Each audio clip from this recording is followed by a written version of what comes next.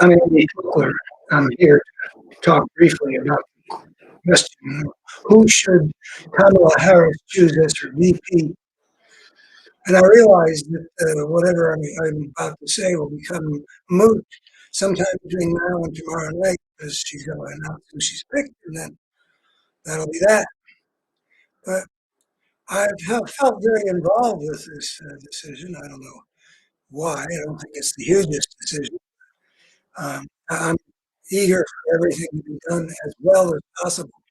I'm eager not only for a victory, but for a big victory. And I'm, it gives me pause that so many people that I respect say that she should choose Josh Shapiro, and they make a case, like particularly he's so popular in Pennsylvania, 60+% approval, and Pennsylvania is a must-win state.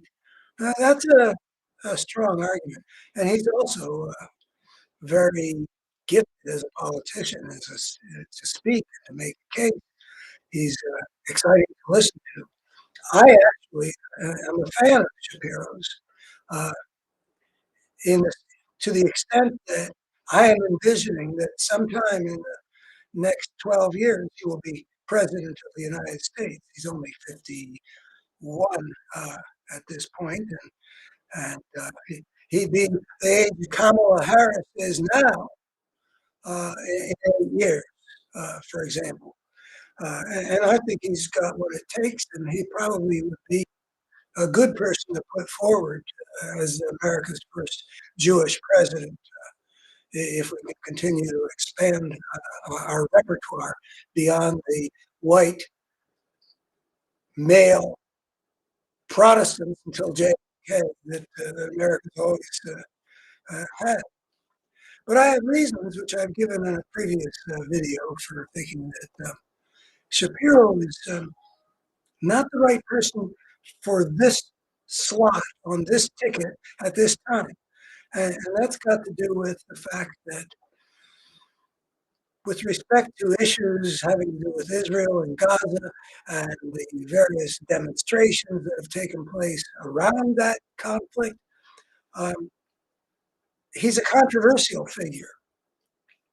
And one of the things I didn't emphasize in the previous, when I mentioned, like the Arabs and Arab Americans in Dearborn, Michigan, another swing state, and youth on the left who don't like the way he's dealt with that whole thing from the objection to Israeli policy in Gaza. I didn't mention that how significant I think it is that the whole democratic world is completely unified around Kamala Harris. We got the white dudes and the black women, and all kinds of people, and people just coming out of the woodwork. And there's no areas of crack in the unity. And I think that that's extremely valuable. I think that that liberals wrangling with each other, it's a plague on the left that we don't get into line better when we need to get into line. And I look at the way. I gotta put that. I gotta turn that off.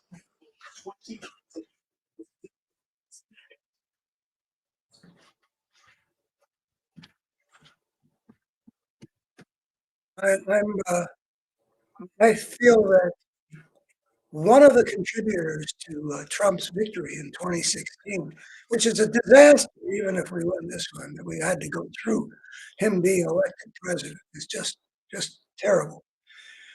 I wrote as soon as in early May, it was obvious that Hillary Clinton was going to be the nominee and that Bernie Sanders was going to come in behind her. I wrote at the time how important, and I was somewhat enthusiastic about Sanders to some degree, but we all knew that we had to defeat Trump, and it was really an indulgence on Sanders' part that he prolonged the conflict as much as he did, so that in a close election where changing a certain, not such a great number of votes in key states. We could have been spared that nightmare. We don't want division. We don't want anything to lessen us. And we have the gift right now of a candidate in an environment going against an opponent, which has made us completely unified. And I think if you put Shapiro on the ticket, you lose that and you dissipate some really high class, powerful energy. That's how I read it. I listened to Sarah Longwell, she's a former Republican. She's on the bulwark. She's very much a never Trumper, and she does good work. She works with focus groups, and she tells us that Shapiro would be a good choice because um, he would counter the image of Kamala Harris as San Francisco progressive, was what she said. She said that is Kamala Harris's main vulnerability. Well, I don't know. I respect her a lot, and she does. But there's campaigns.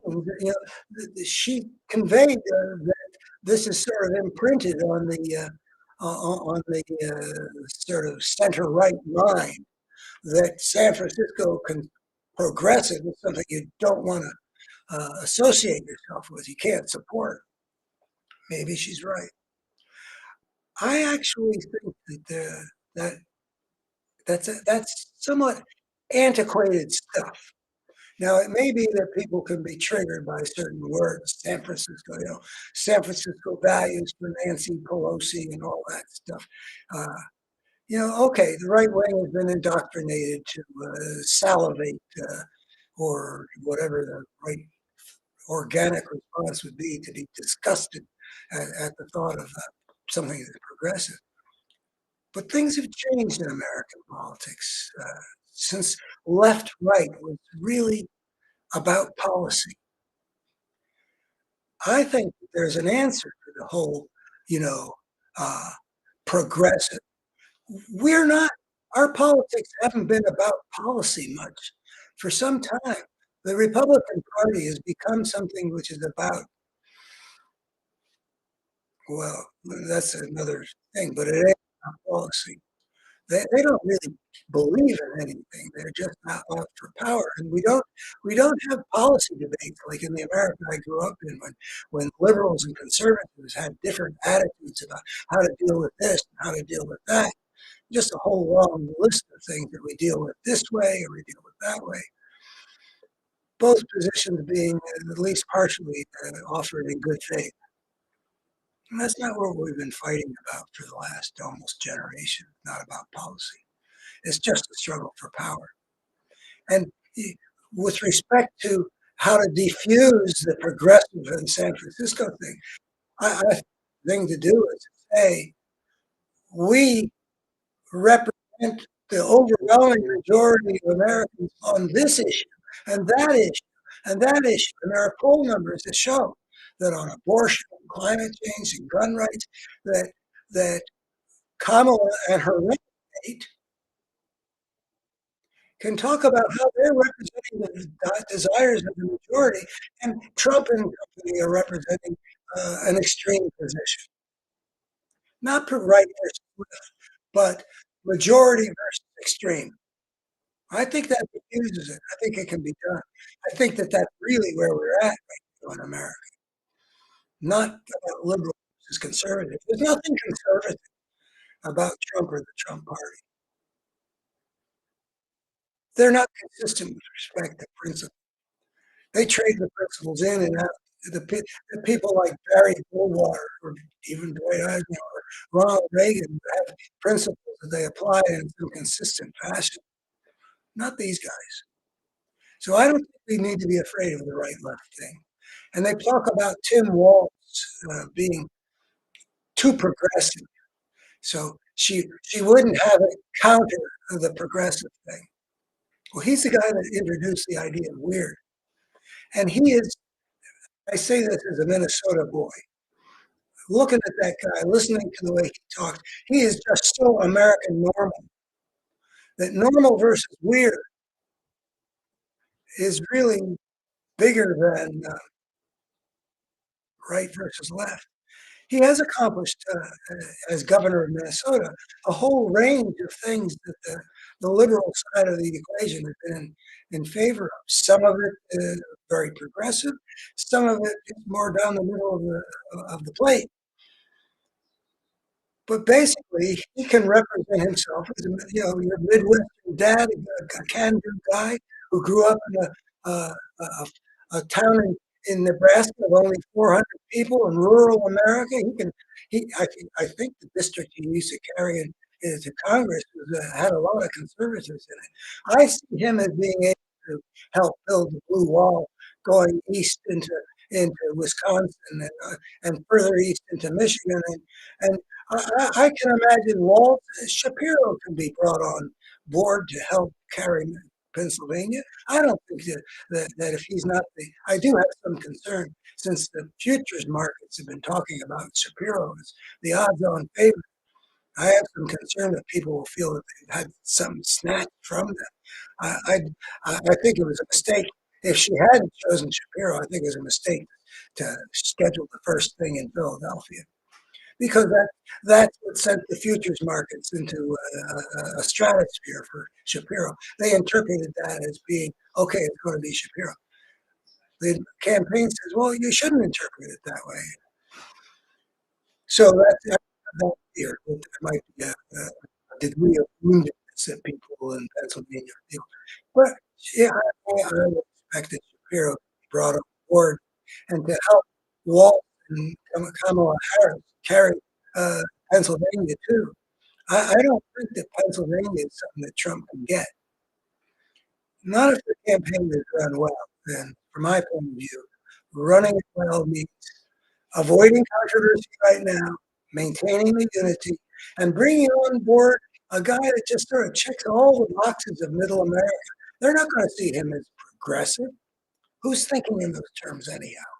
They're going to see him as a Midwestern rural guy who coached football, was an officer in the National Guard for 20 some years, and who was able to talk in a way that it makes contact with your basic middle America.